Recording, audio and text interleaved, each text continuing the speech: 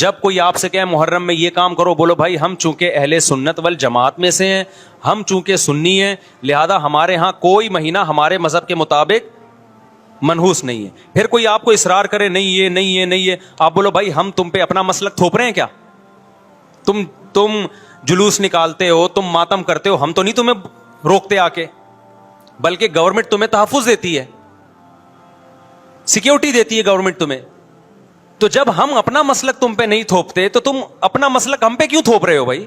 تو ہم محرم میں بھی شادی کریں گے، ربیع الاول میں بھی کریں گے، سفر میں بھی کریں گے، رمضان میں بھی کریں گے، اور دوسرے کو چھیڑو بھی نہیں، چھیڑنے کی بھی ضرورت نہیں ہے۔ کوئی جو کر رہا ہے وہ کہ بھائی اس کا مذہب ہے۔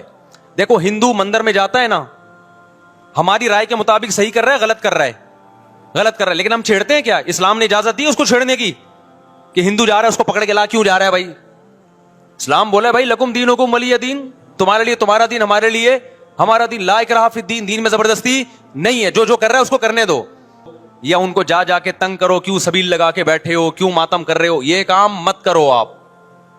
ہمارا ملک اس فرقہ واریت کا متحمل نہیں ہے، سے فساد پھیلتا ہے، لیکن اپنی پوزیشن آپ واضح کرو، ایک لکیر ہے آپ کھینچ دو۔ اگر کوئی شخص آپ کے سامنے صحابہ کو برا بلا کہتا ہے، آپ بولو بھائی یہ میری باؤنڈری کیا ہو رہی ہے، کراس، میرے سامنے آپ کو ان بزرگوں کے خلاف بولنے کی اجازت نہیں ہے جن سے مجھے عقیدت ہے۔ اگر یہ کام آپ نے کیا تو ہماری اور آپ کی راہیں الگ الگ۔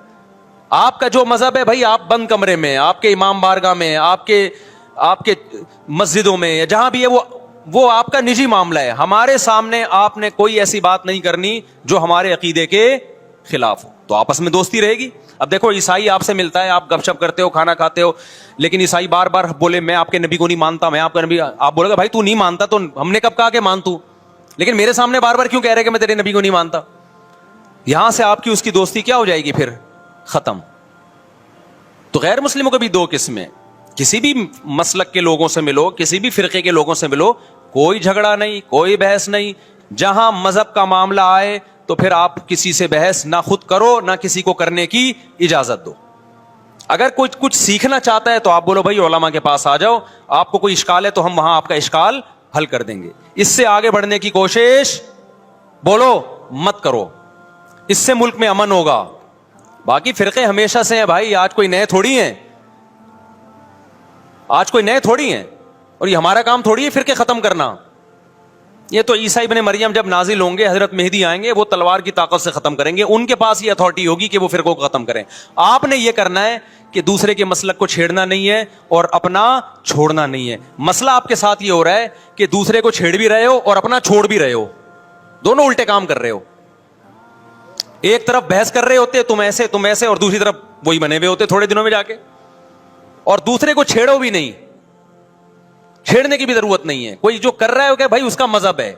دیکھو ہندو مندر میں جاتا ہے نا، ہماری رائے کے مطابق صحیح کر رہا ہے، غلط کر رہا ہے، غلط کر رہا ہے، لیکن ہم چھیڑتے ہیں کیا؟ اسلام نے اجازت دی اس کو چھیڑنے کی کہ ہندو جا رہا ہے اس کو پکڑ کے لا کیوں جا رہا ہے بھائی؟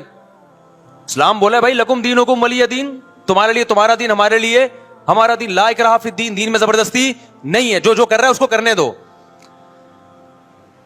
تبھی اسلامی تاریخ میں کوئی ایک مندر بھی ہمارے علم میں نہیں ہے کہ اس میں ہندوؤں پہ پابندی لگی ہو کہ مندر نہیں جا سکتے۔ جب تک اسلامی حکومتیں رہی ہیں، ہندوستان میں 1000 سال مسلمانوں نے حکومت کی ہے، اگر ہندوؤں کو مندر جانے سے روک دیتے تو آج یہ مندر ختم ہوتے۔ اسلامی حکومت جب ختم ہوئی ہے تو بھی مندر، لاکھوں کی تعداد میں مندر تھے۔ اسلام مسجد جانے کا حکم دیتا ہے یا چرچ جانے کا؟ بولو، مسجد۔ چرچ جانے کو غلط سمجھتا ہے کیونکہ وہاں غیر اللہ کی، عیسیٰ ابن مریم کی عبادت ہو رہی ہے، لیکن کیا اسلام آپ کو پرمیشن دیتا ہے کہ کوئی عیسائی چرچ جا رہا ہو تو آپ اس کو روکو کہ تو کیوں جا رہا ہے بے، مسجد میں آ؟ اجازت دیتا ہے؟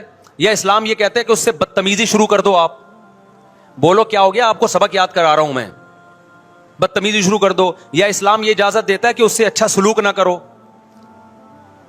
قطعاً اجازت نہیں، بلکہ قرآن تو کہہ رہے ہیں ان اللہ یحب المقسطین، جو غیر مسلم تم سے لڑ نہیں رہے میدان جنگ میں، ان سے تمہیں اچھا سلوک کرنا پڑے گا، کیونکہ اللہ اچھا سلوک کرنے والوں کو پسند کرتا ہے۔ صحابہ کرام غیر مسلموں کو بھی ہدیے دیا کرتے تھے، نبی صلی اللہ علیہ وسلم نے یہودیوں کو بھی ہدیے دیے۔ تو جو مذہب اسلام کی طرف منسوب نہیں ہے، جب ہمیں ان سے اچھے سلوک کا حکم ہے، تو جو مذہب اسلام کی طرف منسوب ہیں قطع نظر اس سے کہ وہ اس دعوے میں سچے ہیں یا جھوٹے، یہ تو بحث ایک الگ ہے، لیکن نسبت کس کی طرف کر رہے ہیں؟ اسلام کی طرف. تو ہمیں ان سے بدتمیزی بدسلوکی کی کہاں سے اجازت ہوگی؟ تو میں بار بار کہہ رہا ہوں بھائی دوستیاں رکھو، کوئی دفتروں میں شیعہ سنی لڑائی نہ ہونے دو، یہ غلط ہے. محبتیں پھیلاؤ لیکن مسلک کو چھوڑنا نہیں ہے. جب کوئی آپ سے کہے محرم میں یہ کام کرو، بولو بھائی ہم چونکہ اہل سنت والجماعت میں سے ہیں، ہم چونکہ سنی ہیں، لہذا ہمارے ہاں کوئی مہینہ ہمارے مذہب کے مطابق منحوس نہیں ہے. پھر کوئی آپ کو اصرار کرے نہیں یہ نہیں یہ نہیں یہ، آپ بولو بھائی ہم تم پہ اپنا مسلک تھوپ رہے ہیں کیا؟ تم جلوس نکالتے ہو، تم ماتم کرتے ہو، ہم تو نہیں تمہیں روکتے آ کے، بلکہ گورنمنٹ تمہیں تحفظ دیتی ہے، سیکیورٹی دیتی ہے گورنمنٹ تمہیں. تو جب ہم اپنا مسلک تم پہ نہیں تھوپتے تو تم اپنا مسلک ہم پہ کیوں تھوپ رہے ہو بھائی؟ تو ہم محرم میں بھی شادی کریں گے، ربیع الاول میں بھی کریں گے، سفر میں بھی کریں گے، رمضان میں بھی کریں گے. ہم نے تو 4 کرنی ہے، ہم مہینوں کے حساب سے شروع کر دیں تو پھر ہمارے تو بڑے مسئلے ہو جائیں گے بھائی. سمجھ میں آ رہی ہے بات کہ نہیں آ رہی؟ حضرت جعفر طیار اہل بیت میں سے تھے، کتنی زوجات تھیں؟ 4 تھیں. حضرت علی کی کتنی تھیں ایک وقت میں؟ حضرت فاطمہ کے دنیا سے جانے کے بعد 4 تھیں. یہ بھی ہے سنت میں، نکاح کو فروغ دو، یہ اہل بیت کا طریقہ ہے تاکہ سوسائٹی میں زنا کم ہو، بیوہ طلاق یافتہ عورتوں کو ٹھکانہ ملے. خیر، تو اب میں بات سمیٹ کے ختم کر رہا ہوں. لوگ کہتے ہیں محرم میں ہم نکاح کیوں کریں بھائی؟ فرض واجب تو نہیں ہے نا، چلو حرام نہیں ہے لیکن فرض بھی تو نہیں ہے نا. لوگ یہ بھی کہتے ہیں، دیکھو جب قرآن نے کسی چیز کو حلال قرار دیا ہو نا تو قرآن اس کو پسند نہیں کرتا کہ آپ عملاً اس کو حرام کر دو. دیکھو مشرکین مکہ کیا کرتے تھے؟ بتوں کے نام پہ جانور چھوڑتے تھے، پھر ان کا گوشت نہیں کھاتے تھے. اللہ نے فرمایا کہ تم نے ایک خدا کی حلال کردہ چیز کو کیسے حرام کر دیا تم نے؟ نبی صلی اللہ علیہ وسلم نے قسم اٹھائی میں شہد نہیں کھاؤں گا. آپ نے فرمایا لما تحرم ما احل اللہ لک، اے نبی جو چیز اللہ نے آپ کے لیے حلال کر دی آپ کیسے اپنے اوپر حرام کر رہے ہیں؟ اس سے پتہ چلتا ہے کہ اگر آپ محرم میں نکاح کرنا چاہتے ہیں لیکن آپ یہ سوچ کے ڈیلے کر دیتے ہیں کہ بھائی اس مہینے میں لوگ نکاح کو برا سمجھتے ہیں، تو یہ ڈیلے کرنا آپ کے لیے ناجائز ہوگا. کیونکہ لما تحرم ما احل اللہ لک، اللہ نے جس چیز کو تمہارے لیے حلال کیا تم نے کس دلیل کی بیس کے پر اپنے اوپر پابندی لگائی ہے اس پر؟ ایک تو ہے نا کسی کو شادی کا خیال ہی سفر میں آ رہا ہے، ربیع الاول میں آ رہا ہے، وہ تو ایک الگ بات ہے، لیکن اس کا نکاح محرم میں ہونا تھا. صرف محرم کی وجہ سے وہ ڈیلے کر رہا ہے کہ جی میں ربیع الاول میں لے کے جاؤں گا. یہ ڈیلے کرنا قرآن و سنت پہ زیادتی ہے یا نہیں ہے؟ یہ اللہ کے حلال کو عملاً حرام کرنا ہے یا نہیں ہے؟ نہیں ہے بات سمجھ میں؟ پھر اگر کوئی شیعہ آپ سے کہتا ہے کہ بھئی آپ ہمیں چھیڑنے کے لیے کام کر رہے ہو، آپ بولو نہیں بھائی ہم آپ کو چھیڑنے کے لیے نہیں کر رہے، آپ کا مسلک ہے، آپ اس پر عمل کریں، ہمیں اس پہ کوئی اعتراض نہیں ہے. لیکن ہم کس کے پر عمل کریں گے؟ ہم اہل سنت والجماعت ہیں. کتنے صحابہ ہیں، خود نبی کی نکاح محرم میں ہوا ہے. اور ویسے بھی ہمارے ہاں شہادت ایک منحوس عمل نہیں ہے، شہادت ایک مبارک عمل ہے. 10 محرم پہلے سے فضیلت والا دن تھا، محرم پہلے سے فضیلت والا مہینہ تھا. حسین ابن علی کی شہادت سے اس مہینے کے تقدس کو 4 چاند لگ گئے ہیں اور مقدس ہو گیا یہ مہینہ. یہ کیسی بات ہے جو شہادت کا دن ہو ہم اس کو منحوس قرار دے دیں؟ بھائی ہمارا یہ جگرا نہیں ہے. سمجھتے ہو کہ نہیں سمجھتے ہو؟ تو اس لیے محرم میں اگر کسی نے نکاح کرنا ہے اس کو ڈیلے مت کرو میرے بھائی. لوگ کہتے ہیں فرض تو نہیں ہے نا. آپ اگر اس کے نحوست منحوس ہونے کی وجہ سے ڈیلے کر رہے ہو تو پھر آپ پہ فرض ہوگا کرنا. کیوں؟ اس آیت کی روشنی میں لما تحرم ما احل اللہ لک، اے نبی جس چیز کو اللہ نے حلال قرار دیا آپ کس دلیل کی بیس پہ اس کو اپنے اوپر حرام کرتے ہیں؟ سمجھتے ہو کہ نہیں سمجھتے؟ تو اسی طرح یہ جو باقی کام محرم میں ہو رہے ہیں، مرثیے سن رہے ہیں لوگ، نوحے سن رہے ہیں، رکشے والوں نے بھی لگائے ہوئے ہیں، تو بھائی شیعہ حضرات کا مسئلہ کہ ان کو کرنے دو، آپ یہ عمل مت کرو. اگر آپ سنی ہو تو پھر اہل سنت والجماعت کے ہاں میتوں پہ رونے کے مرثیے یہ جائز نہیں ہے، کیونکہ اس سے غم بڑھتا ہے. ہمارے نبی نے جعفر طیار رضی اللہ عنہ کی زوجہ کو، جن کا حقیقی غم تھا اس وقت، ان کو نہیں رونے دیا. تو ہمیں کیسے آپ صلی اللہ علیہ وسلم چیخو پکار کی اجازت دیں گے؟ اسی طرح محرم میں سبیلیں لگانا، اس کی بھی کوئی دلیل نہیں ہے. سیدنا حسین ابن علی وہ تو پیاس ظلم سے شہید ہوئے. وہ ایک طرف آپ کہتے ہیں وہ پیاسے تھے, ان کو پانی نہیں ملا, دوسری طرف آپ اس دن میں لوگوں کو پانی پلا رہے ہیں, تو اس کی لاجک بھی نہیں بنتی کوئی. اسلام نے 10 محرم کو روزے کا دن قرار دیا. روزہ اور سبیل جمع نہیں ہو سکتے. سمجھتے ہو کہ نہیں سمجھتے؟ آپ کہہ سکتے ہیں کسی کو پانی پلانے پر کون پابندی لگا سکتا ہے؟ پانی پلاؤ بھائی پورے سال, اسپیسیفک ان دنوں میں کیوں پلا رہے ہیں آپ؟ تو جو شیعہ حضرات ہیں ان کا مسلک ہے, ان کو کرنے دیں. میں بار بار اس لیے کہہ رہا ہوں ایسا نہ ہو چھیڑ چھاڑ شروع کر دے جا کے. پہلے ہی ملک میں لڑائیاں بہت ہو رہی ہیں, دوبارہ ایک نئی جا کے بتا یہاں پہ سبیل لگی ہوئی ہے, جا کے ان کو چھیڑنا شروع کر دو. سبیل کیوں لگا؟ چھیڑنے کی اجازت نہیں ہے کسی کو. آپ نہ لگائیں نہ پئیں. بولے بھائی ہمارے لیے محرم ایسا ہے جیسے دوسرے مہینے ہوتے ہیں. 4 مہینے محترم ہے, محرم, رجب, ذیقعدہ, ذی الحجہ. تو جتنا ذیقعدہ ذی الحجہ ہے اتنا ہی محرم اور رجب ہے. تو جیسے ان مہینوں میں نارمل رہتے ہو اسی ان میں بھی ہم نے ایسے ہی رہنا ہے. سمجھتے ہو کہ نہیں سمجھتے ہو؟ اور حلیم کی دیگیں مت پکاؤ محرم کی راتوں میں. حلیم کھا سکتے ہو جب چاہو, اس خاص ان دنوں میں. اور ویسے بھی جو لوگ پوری رات حلیم کے دیگڑے میں گھوٹے لگاتے ہیں, صبح روزہ نہیں رکھتے ہو. کیا خیال ہے جب آپ پوری رات دیگڑے میں گھومتے رہو گے؟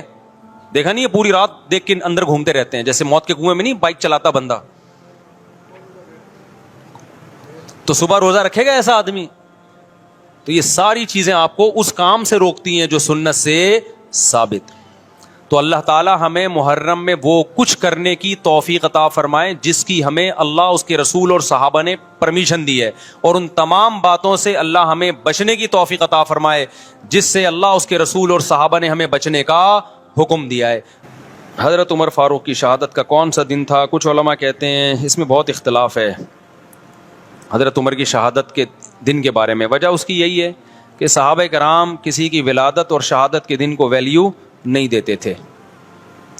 صحابہ کرام ان دنوں کو ویلیو دیتے تھے جو شریعت نے متعین کی ہیں. یہ تو ہم لوگوں نے غیر مسلموں سے طریقے سیکھے ہیں, غیر مسلموں سے طریقے سیکھے ہم لوگوں نے کہ بھائی فلاں دن بڑا ہے, فلاں دن چھوٹا ہے, فلاں فلاں پیدا ہوا تھا. اسلام میں ایسا کچھ نہیں ہے. دیکھو نبی صلی اللہ علیہ وسلم کی ولادت کا دن پیر کا دن تھا نا. آپ کی ولادت کا دن کون سا تھا؟ پیر کا, صحیح حدیث میں. لیکن آپ نے مقدس دن جمعے کو قرار دیا. حالانکہ یہودیوں کے لیے ہفتہ تھا, عیسائیوں کے لیے اتوار تھا. یہودی پرانی قوم, اس کے بعد عیسائی آئے, اس کے بعد مسلمان آئے. تو ہمارے لیے تو پیر بنتا تھا, ویسے بھی پیر بنتا تھا نا. اور نبی کا ولادت کا دن بھی تھا, لیکن اس کے باوجود جمعہ کر دیا گیا, پیر نہیں کیا, تاکہ لوگ ایسا نہ ہو کہ ولادت کے دنوں کو مقدس ماننا شروع کر دیں. تو اسلام میں کسی کی تاریخ کا, پیدائش کا دن اور وفات کا دن کی کوئی ویلیو نہیں ہے. اور نبی صلی اللہ علیہ وسلم نے پیر کا روزہ بھی رکھا ہے تاکہ یہ کانسیپٹ اور کلیئر ہو جائے کہ میرا یوم ولادت عید کا دن نہیں ہو سکتا. اس کو عید میلاد النبی نہیں کہہ سکتے کیونکہ وہ روزہ اور عید جمع نہیں ہوتے. سمجھتے ہو کہ نہیں سمجھتے؟ ٹیکنیکل باتیں ہیں, اس کو سمجھ لو اچھی طریقے سے. تو اس لیے کسی کے کوئی بھی تاریخ ولادت ہو, کوئی بھی تاریخ پیدائش ہو, ہم نے کیا کرنا ہے؟ ہم نے نہ سالگرہ منانا ہے نہ برسی منانی ہے. اچھا, بعض علماء یہ تحریک چلا رہے ہیں کہ حضرت عمر کی شہادت کے دن سرکاری چھٹی ہو. تو ہم ان علماء کی بات کی تائید کرتے ہیں. سوال پیدا ہوتا ہے کہ ہم ان کی تائید کیوں کر رہے ہیں جب ہم خود مان رہے ہیں کہ کسی کی شہادت کا دن یا ولادت کا دن اس کی کوئی ویلیو نہیں ہے. تو پھر حضرت عمر کی شہادت کے دن کو ہم چھٹی کیوں؟ وجہ اس کی یہ ہے کہ بھائی ہم تو کہہ رہے ہیں کسی بھی دن چھٹی نہیں ہونی چاہیے. لیکن یہ عجیب بات ہے, حضرت علی رضی اللہ تعالی عنہ, ان سے محبت بھی ہمارے ایمان کا جز ہے, ان کی شہادت کا دن یا حضرت حسین کی شہادت کا دن, ان کو تو آپ چھٹی کے دن قرار دے رہے ہو, پھر حضرت عمر کو قرار نہیں دے رہے. تو یہ پھر ناانصافی ہے.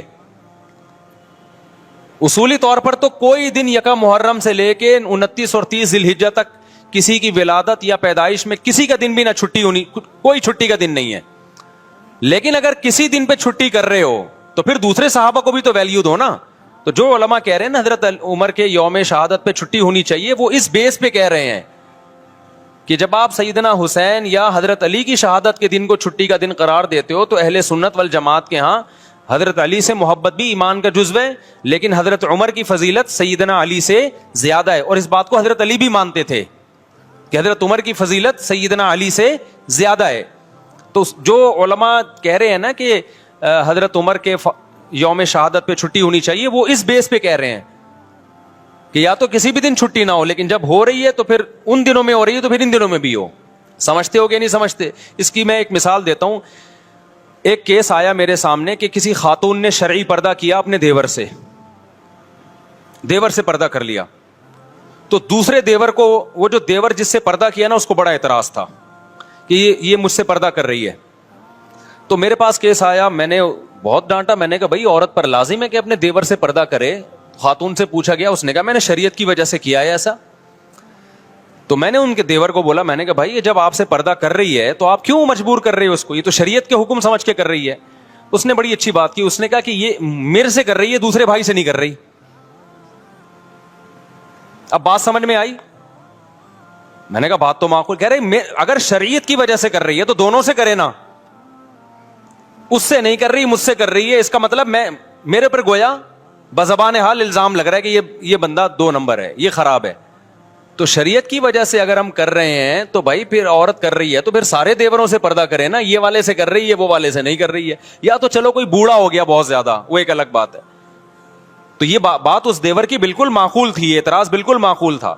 تو اسی طرح میرے بھائی ہم یہ کہتے ہیں کہ اسلام میں نہ کسی کا یوم ولادت منایا جائے گا, نہ کسی کا یوم شہادت. اصل تو یہی ہے. لیکن اگر منا رہے ہو تو پھر یہ کیا کہ فلاں کا مناؤ فلاں کا نہیں مناؤ, اس کا مطلب فلاں کو ویلیو دے رہے ہو, فلاں کو آپ بالکل ویلیو نہیں دے رہے. تو وہ اس بیس پر مطالبہ کرتے ہیں کہ حضرت عمر کا یوم شہادت چھٹی کا دن ہونا چاہیے. ورنہ اصولی طور پر جو میں نے مسئلہ بیان کیا, اسلام میں نہ برسی ہے نہ برتھ ڈے ہے, یوم ولادت ہے ہی نہیں. اسلام نے خود ہمیں تاریخیں بتا دی ہیں کہ ان دنوں میں تم نے یہ کام کرنے ہیں. تو اسلام نے ہمیں بتا دیا بھائی 10 محرم کا دن روزہ رکھنے کا دن ہے. 10 محرم کا دن کیا ہے؟ روزہ رکھنے کا دن ہے, یہ ایک مقدس دن ہے. اس کے بعد کیا کرنا ہے؟ اس کے بعد سفر, ربیع الاول, ربیع الثانی, جمادی الاول. اب ربیع الاول میں لوگ عمرہ کر رہے ہوتے ہیں, اس کو زیادہ فضیلت سمجھتے ہیں, یہ بدعت ہے. ربیع الاول میں عمرے کا وہی ثواب ہے جو سفر میں عمرے کا ثواب ہے. اگر آپ اس میں زیادہ ثواب سمجھ کے کریں گے تو یہ عمل بدعت بن جائے گا, کیونکہ کسی صحابی, تابعی یا پیغمبر سے ثابت نہیں ہے کہ انہوں نے ربیع الاول میں عمرے کا زیادہ اہتمام کیا ہو کہ جی ربیع الاول آ رہا ہے تو ہم اس میں زیادہ اہتمام کریں گے. بعض لوگ سمجھتے ہیں ربیع الاول کے مہینے میں روضہ رسول پہ حاضری کا زیادہ ثواب ہے, تو یہ بھی غلط ہے. نہ کوئی ہمیں حدیث ملتی ہے کہ ربیع الاول میں آپ روزے پہ حاضری دیں گے تو زیادہ ثواب ملے گا, نہ کسی صحابی کا عمل ہے. صحابہ کی نظر میں روزے پہ حاضری محرم ہو, سفر ہو, ربیع الاول ہو, ربیع الثانی ہو, ان تمام مہینوں میں برابر تھی. کسی مہینے کو انہوں نے ویلیو نہیں دی. عرب لوگ حیران ہوتے ہیں کہ ربیع الاول میں روزہ رسول پر اتنے انڈین پاکستانی آ کے جمع ہو جاتے ہیں, یہ کیوں ہو رہے ہیں؟ وہ سعودی عرب والے اور عرب حیران ہوتے ہیں کہ بھائی یہ پورے سال اتنا رش نہیں ہوتا, ربیع الاول میں روزہ رسول پہ اتنے پاکستانی آتے ہیں. تو ان کو پھر ہم بتاتے ہیں کہ بھائی یہ پاکستانیوں کا عقیدہ ہے کہ ربیع الاول میں روزے پہ حاضری پہ زیادہ ثواب ملے گا. تو حیران ہوتے ہیں کہ یہ کون سی حدیث سے نکالا ان لوگوں نے مسئلہ, سمجھ میں نہیں آ رہی بات, میرا خیال ہے. تو کسی مہینے میں عمرہ کرنا یا نبی کے روزے پہ حاضری دینا زیادہ ثواب ہے یا نہیں, یہ قرآن و سنت سے ثابت ہوگا تو ہم مانیں گے, اپنی طرف سے نہیں کر سکتے. تو رمضان میں آتا ہے ہمیں کہ رمضان میں عمرہ حج کے برابر ہے. یہ بھی مبالغتاً تشبیہ دی جاتی ہے, 100% حج کے برابر نہیں ہو سکتا کیونکہ حج ہے. لیکن نبی صلی اللہ علیہ وسلم نے اس کی فضیلت کو بیان کرنے کے لیے کہ گویا حج کے برابر ہے. آگے پھر علماء کی اس پہ بحث ہے, اس حدیث کا کیا مطلب ہے, ابھی میں اس میں نہیں جاتا. بتانے کا مقصد یہ کہ رمضان میں عمرہ یہ بہرحال دوسرے مہینوں سے زیادہ ثواب. تو اگر آپ رمضان میں عمرہ کر رہے ہیں, رمضان میں روزے رسول پہ حاضری کر دے رہے ہیں, اس بیس پہ کہ رمضان میں عبادت کا ثواب بڑھ جاتا ہے, تو پھر روزہ رسول پہ حاضری کا ثواب بھی بڑھے گا اور مسجد نبی میں حاضری کا ثواب بھی بڑھے گا رمضان میں. لیکن ربیع الاول, محرم, سفر یہ ثواب کے لحاظ سے ایک جیسے ہیں. سمجھتے ہو کہ نہیں سمجھتے؟ تو اس لیے جب آپ نے عمرہ کرنا ہو تو اسپیسیفک ربیع الاول کا انتظار نہ کیا کریں. آپ سفر میں چلے جائیں, محرم میں چلے جائیں, آپ ربیع الاول میں چلے جائیں, آپ ربیع الثانی میں چلے جائیں, برابر ہے. اگر آپ ربیع الاول میں اس نیت سے گئے کہ مجھے ثواب زیادہ ملے گا تو ثواب کے بجائے گناہ ملے گا, کیونکہ آپ نے ایسی چیز اسلام کی طرف منسوب کر دی جس کی اسلام میں کوئی دلیل نہیں ہے. تو پھر یہ بدعت ہے. سمجھتے ہو کہ نہیں سمجھتے ہو؟ پھر وہی بات جو میں نے بھی پورے بیان میں کہی ہے کہ کوئی لوگ آپ کو کہیں گے یوں ایسے, آپ بولو بھائی ہم لکم دینکم ولی دین. وہ گرین چینل والے کرتے ہیں تو ان کو کرنے دیں, ان کا مسلک ہے, تو ہمارا مسلک یہ بولو نہیں ہے. تو آپ ایک فیصلہ کرو, گرین یا وائٹ, ایک طرف آ جاؤ. آپ سمجھتے ہو کہ نہیں سمجھتے ہو؟ تو ہماری نظر میں سارے مہینے برابر ہیں. رمضان میں زیادہ ثواب ہے, رمضان میں تو ہر عبادت کا ثواب کئی گنا بڑھ جاتا ہے, تو عمرے کا بھی ثواب بڑھے گا, ظاہر ہے. تو یہ برسی نہیں ہے اسلام میں, نہ یوم ولادت ہے یا نہ یوم وفات ہے. ہاں تو اسلام نے کیا کیا کہ رمضان کا مہینہ رکھا, ربیع الاول کا نہیں رکھا, ربیع الثانی کا نہیں رکھا, جمادی الاولی, جمادی الثانی, رجب, شعبان, رمضان کا پھر مقدس مہینہ. پھر اسلام نے ہمیں یکم شوال کا مقدس دن قرار دیا, وہ عید کا دن ہے, وہ بھی نہ کسی کی ولادت نہ کسی کی وفات. پھر 10 ذی الحجہ بقرہ عید کا دن ہے, وہ بھی نہ کسی کی ولادت نہ کسی کی وفات, وہ ابراہیم علیہ السلام کی قربانی کا دن ہے. پھر یکم محرم اسلامی سال کی ابتدا ہو رہی ہے اور سال تبدیل ہو رہا ہے, تو اسلامی سن ہجری کی ابتدا بھی ولادت سے نہیں رکھی بلکہ نبی کے ہجرت کے دن سے رکھی ہے, جس دن آپ نے قربانی دی, کوئی عمل کیا. سمجھتے ہو گے نہیں سمجھتے؟ تو جو آپ صلی اللہ علیہ وسلم نے عمل کیا نا, ہجرت کی, اس کو پہلا سال اسلامی قرار دیا گیا ہے, تاکہ جب وہ آئے تو ایک موٹیویشن ملے کہ بھائی قربانی ہے, قربانی دی تھی نبی صلی اللہ علیہ وسلم نے. تو اسلام میں نہیں ہے بھائی یہ ولادت اور وفات کے دن. سمجھتے ہو گے نہیں سمجھتے؟ دیکھو اسلام وہ ہے جو اللہ رسول نے بتایا, اپنی طرف سے چلو گے نا تو ٹکا بھی نہیں ملے گا قیامت کے دن.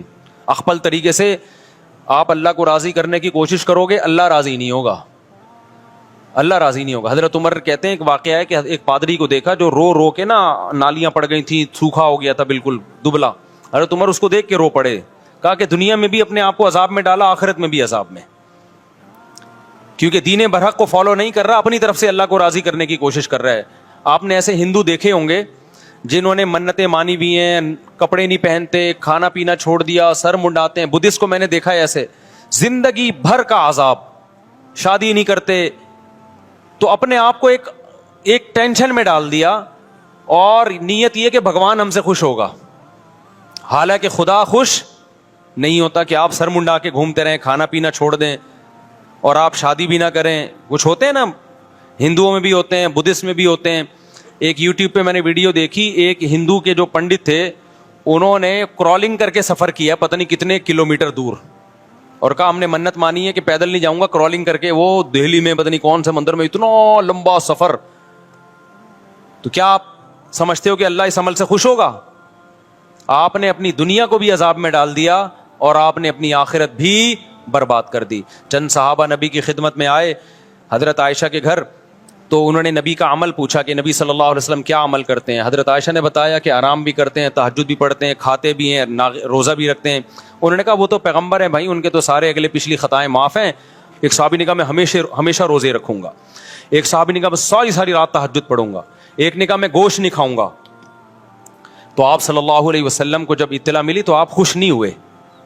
ہوتا تو یہ نا کہ آپ فرماتے ہیں ماشاء اللہ بھائی اتنی قربانی والے لوگ پیدا ہو گئے, اللہ کے لیے گوشت کھانا چھوڑ دیں گے, یہ اللہ کے لیے رات کو سونا چھوڑ دیں گے, سبحان اللہ. نا نا نا نا نا, آپ نے فرمایا کہ میں تو روزے بھی رکھتا ہوں اور ناغے بھی کرتا ہوں, میں تو گوشت بھی کھاتا ہوں, میں تو نکاح, ایک صحابی نے کہا میں نکاح نہیں کروں گا زندگی بھر, تاکہ اکیلا زندگی گزاروں اور اللہ اللہ کروں بیٹھ کے. یہی مطلب تھا نا, جب بیوی ہوگی بچے ہوں گے تو ٹینشنیں بھی آئیں گی نا. انہوں نے کہا نہیں میں بیوی بچوں سے دور رہوں گا, اپنی خواہش ہی نہیں پوری کروں گا, اپنی خواہش کو میں کچل دوں گا. دیکھنے میں تو بڑا جذبہ ہے بھائی, کیا خیال ہے کہ آپ کے اندر ایک خواہش پیدا ہو رہی ہے, آپ کو میں نے پوری نہیں کرنی ہے وہ, لیکن اس جذبے کو پیغمبر صلی اللہ علیہ وسلم نے پسند نہیں کیا. نارمل زندگی گزارو. آپ نے فرمایا میں تو نکاح بھی کرتا ہوں اور میں تو روزے بھی رکھتا ہوں, ناغے بھی کرتا ہوں, اور میں تو رات کو آرام بھی کرتا ہوں, نیند بھی کرتا ہوں اور نماز بھی پڑھتا ہوں. آپ نے فرمایا جو میرے طریقے سے ہٹ کے اللہ کو راضی کرنے کی کوشش کرے گا وہ مجھ میں سے نہیں, میرا امتی نہیں ہے, اور ظاہر ہے پھر اس کی بخشش قیامت میں نہیں ہوگی. اخپل طریقے سے اگر آپ قربانیاں دینا شروع کر دو گے, اس قربانی کی اللہ کے ہاں کوئی قدر نہیں. دیکھو ایک آخری مثال دے کے بات ختم کرتا ہوں. ہم رمضان میں روزہ رکھتے ہیں غروب آفتاب تک, غروب آفتاب کے بعد افطار میں جلدی کرتے ہیں. اگر کوئی فنٹر گیری شروع کر دے کہ میں نے جناب 15 گھنٹے کا روزہ رکھ لیا, سب نے رکھا, میں اللہ کی خاطر 1 گھنٹہ اور بھوک برداشت کروں گا, تو ثواب ملے گا گناہ ملے گا؟ گناہ. بھائی جب تک اللہ نے کہا تھا بھوک ہے, اب اللہ نے پابندی ہٹا دی, تو اب اگر تو پانی نہیں پی رہا تو اس سے اللہ خوش نہیں ہوگا. اب یہ تیری اپنی بنائی ہوئی ہے.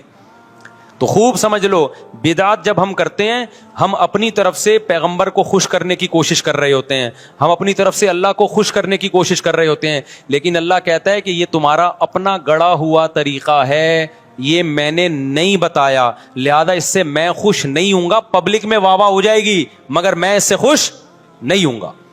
تو اس لیے ہم نے صرف وہ کرنا ہے جو اللہ رسول نے بتایا ہے. بدعت کے قریب نہیں جانا ہم نے, نہ ربیع الاول میں جانا ہے, نہ ہم نے محرم میں جانا ہے. سمجھتا ہے کہ نہیں سمجھتا ہے؟